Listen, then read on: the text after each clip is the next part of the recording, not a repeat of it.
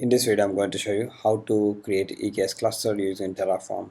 So nobody goes to AWS console to create an EKS cluster. So once you create this cluster, if you run the command, so I'm gonna set it up alias k equal kubectl. So if I run the command k get nodes, so you can see these couple of nodes. So I already deployed application. So if I run k get deploy -n in demo namespace, so you can see that I have a service as well. So if I run it, so just grab this external IP. So this is, I deployed a load balancer for this one. For this demo, I'm going to go with nginx container. So this is what we're going to see. This is what we are going to build in this demo. Before creating this EKS cluster, I want you to understand the basic architecture of Kubernetes. I'm not going to deep dive into this part, but basically it contains control planes such as master node or control plane, and then it contains worker nodes. So in case of managed Kubernetes cluster, so AWS is going to look after this control plane. So we don't need to worry about this one. Basically, this is the brain of Kubernetes cluster. And then we can have worker nodes. We can define ourselves which are the nodes we want. But before deploying this cluster, you need to have three tools: AWS CLI, and then you need to have Terraform, and then kubectl to interact with Kubernetes cluster. If you come to this main.tf file, so this is where we're going to start. So it contains a required version Terraform 1.6.0. If you have any lesser version, just update this one. And then providers, it's going to look for greater than or equal to 5.0 version. So it's not, it still goes to 5.999 something else, but it's not going to go to 6.0. So remember that. And here I want to test it locally, so I'm not going to use any remote backend. So if you want, you can uncomment this, but we can do this in production grade. So we're going to have part 2 for this video, because in this video part 1 I just want to make things simpler. So I want you to understand what's happening in Terraform, so, and I mean in this code. Then we can modularize and we can update this to production grade cluster. So just for the simplicity sake, just practice this one first. And then here we are going with AWS provider. So I'm not going to hard code this value in here. So I'm just want to supply all of the values from here. So this is where if you want to change things, they just need to update values here. So if we come back to main.tf, so this is where I do have default tags. So tags I'm getting from var.tf as variables.tf as well. So that's the main.tf part. And then if you go to variables.tf file, so you need to give a region here, and then cluster name you can put anything, and the version I'm going to use 1.35. so this is the latest version as of this video, because if you want to have the older version, you need to pay extra amount for extended support. So that's I don't want to pay, so just make sure to use the recent latest version. And the variables part, VP cider, you can define the cider range for VPC and availability zones, and then private and public subnet ciders you can define. The node instance type, I'm gonna go with T3 medium. So if you want bigger machines, you can update your preferences.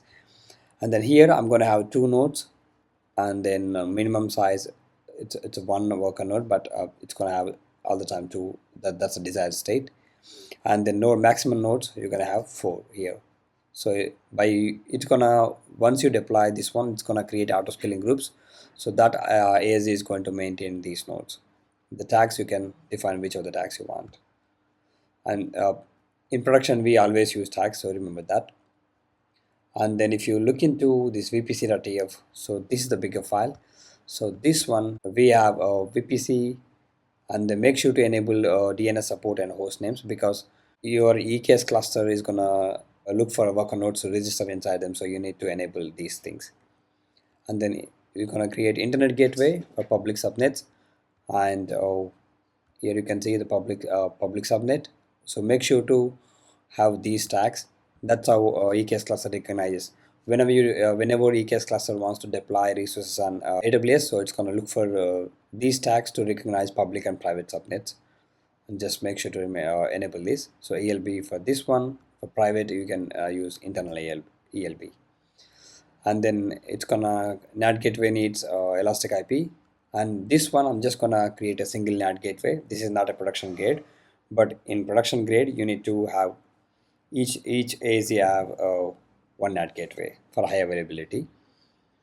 We're going to do that in next part 2 video as well. So but we are going to upgrade this cluster, this Terraform code to production grade in part 2 video.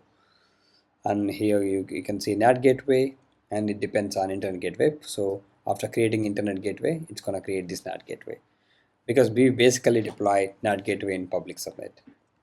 And here you can see route tables and its association.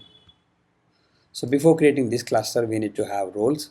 So here you can see we basically need couple of roles, one for control plane, one for worker nodes.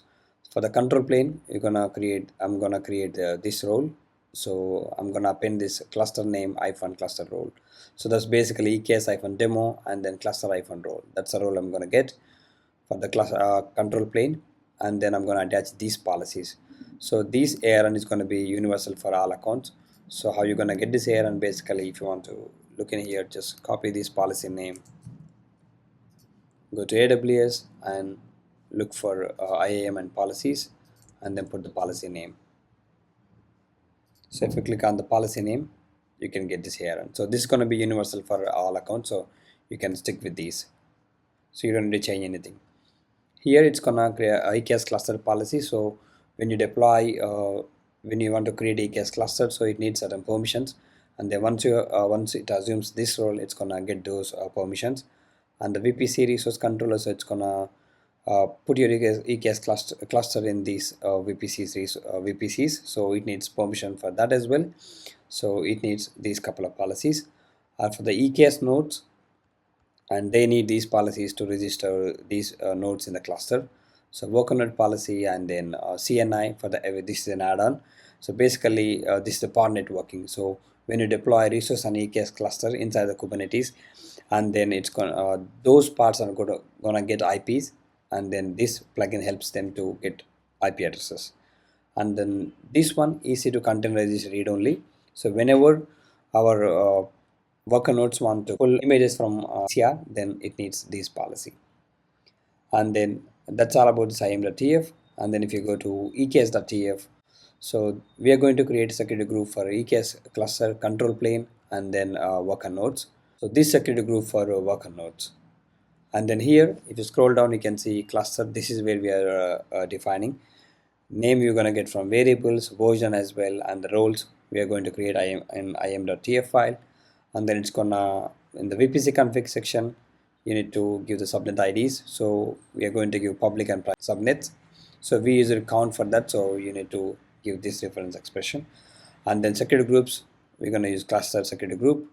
And then endpoint, we are going to enable public access as well, and then private as well. So if you want to access your cluster from your laptop, you need to have this public access enabled. Once I create this cluster, I'm gonna show this in console as well. And then here enable cluster log type. So we're going to enable these lags as well, but that's the best practice. So you can check as well. And it's going to depend on these policies attachments. So it's going to create those policies first, then it's going to create this cluster. In our node group, we're going to create this node group. We're going to use that in we need to create that in cluster. So you just need to give the cluster name, and then you can give node group name, and then for role you can use reference expression to use that role. Those roles we created in IAM.tf. And subnet IDs, so we are going to deploy these in private subnet. So our worker nodes not going to get any public IPs, and if they need internet, so they're going to go through the NAT gateway. And then scaling, we have defined that variables. And the max unavailable, you can see only one is max unavailable. So when you upgrade nodes, so that's all about EKS.tf. And then in outputs.tf, we're gonna output the cluster name, endpoints, but we need this one, configure kubectl command. So once you deploy this cluster, you need to have this config file in order to deploy anything inside that cluster. So it's gonna append that region and then the cluster name. So once you see the output, you can simply copy paste the command to fetch the update kubeconfig file. And then in app.yaml, this is a simple application. So I'm gonna use nginx base image. So for this one, if you check in, once you have this cluster, you can run kubectl apply command to use this file, and then it's gonna create a namespace nginx demo, and then it's gonna create deployment. I'm not gonna deep dive into these configuration files. Soon I'm gonna create Kubernetes 0 to hero series. Then I'm gonna explain all of the Kubernetes components. So for this one, it's gonna create this nginx-demo deployment, and then it's gonna use nginx image. And then this is the part I even if it is for demo as well, I'm gonna use resource limits and readiness probes, liveness probes, because that's a healthier practice to have these. And then I'm gonna create a service. So service, basically if you don't give any annotation, it's gonna create a classic load balancer. So I don't want to have that, so I'm gonna create NLB, network load balancer. That's why I use this annotation. So and it's gonna export on port 80. Target port, that's a control container port, and the port and service. So that's also one what we need to do. Once you have this, you need to run the command terraform init and then run terraform apply. So it's gonna run plan first. So you can check it here, it's gonna create 28 resources, 0 to change, 0 to destroy. So it's gonna add all of these resources. I'm fine with that. Let's press yes. So this one is going to take a while. So I'm gonna pause the video. It took around 14 minutes. Now if you go to console, you can see EKS cluster demo is active, and then you can click on compute. You can see there is no nodes. So you got a couple of nodes. If you go to EC to console, so these are worker nodes. You don't see control plane nodes because AWS manages those. So now you can see a couple of nodes here. Now we need to run this command to get a cluster configuration file. So you just need to run this command. So this is we are getting from Terraform outputs. So even if you close it, you can run the command Terraform output. So now you can see the command. So if I run, what I'm gonna do, I'm gonna set kubectl. So let's open in terminal.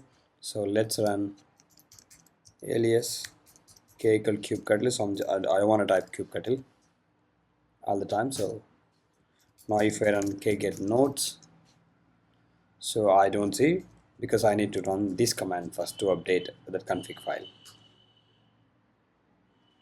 So make sure to put your cluster name. So now if I run k get nodes, now you can see those nodes, they're in ready state. So now what I'm gonna do, I do have this file over here app.yaml. So if you want to run it, so let's set alias here as well, because if you run k, it's okay. I think I set it up throughout my system level. That's fine. Now run the command k apply -f and app.yaml. It's gonna create deployment and then service as a load balancer type. Then you can see a load balancer in AWS console. So if you go to load balancers, so now it's in provisioning state. We are getting network because of this annotation. If you check in service, so you can see this annotation NLP. Otherwise you can get a classic load balancer. So this one is going to cost 10 pence per hour. So if you open calculator, 0.10 for 24 hours and 30 days. So it's going to cost you $70 just for EKS cluster, and then it's going to add this EC2 cost as well. So remember that. So once you're done, just run Terraform destroy to destroy everything. So that's been done now. Now you can run the command kget deploy. You can see the deployment. Okay, that's in different namespace. We created demo -nginx. What's the namespace name? Even you can check that. Nginx demo, my bad. So that's nginx demo. nginx-demo. Now you can see the deployment. No resource found, it says. So it says it created. deployment created, service created in nginx demo. If I scroll down, I'm sorry, here I created in different namespace demo. So let's use same namespace for these. Actually, the demo is the namespace. Those are labels.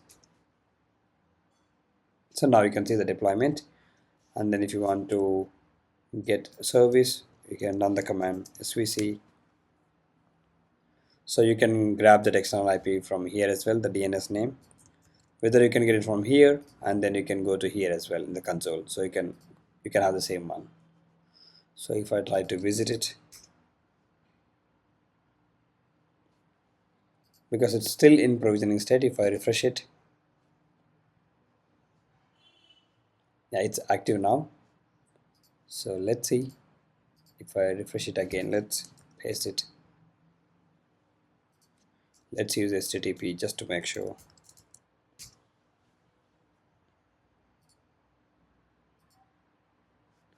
Okay, let's go back and run the command get pivot for pods and then in demo namespace.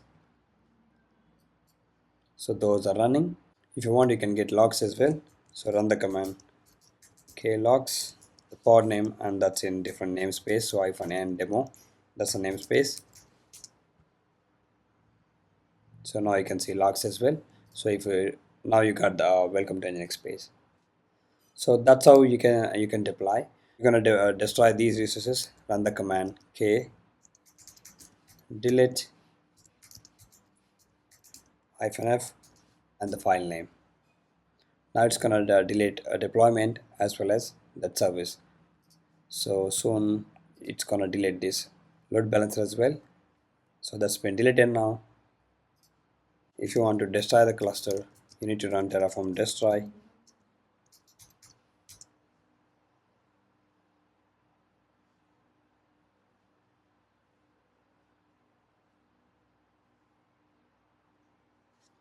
Now press yes. So this one is going to take a while because it's gonna destroy this node group first. If you go to clusters and then click on your cluster and then compute, so it's gonna delete these nodes first. So if you go to EC2 instances,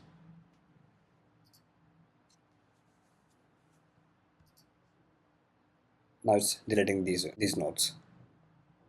So it's going to take a while. So just don't forget to destroy it if you're just practicing or learning it.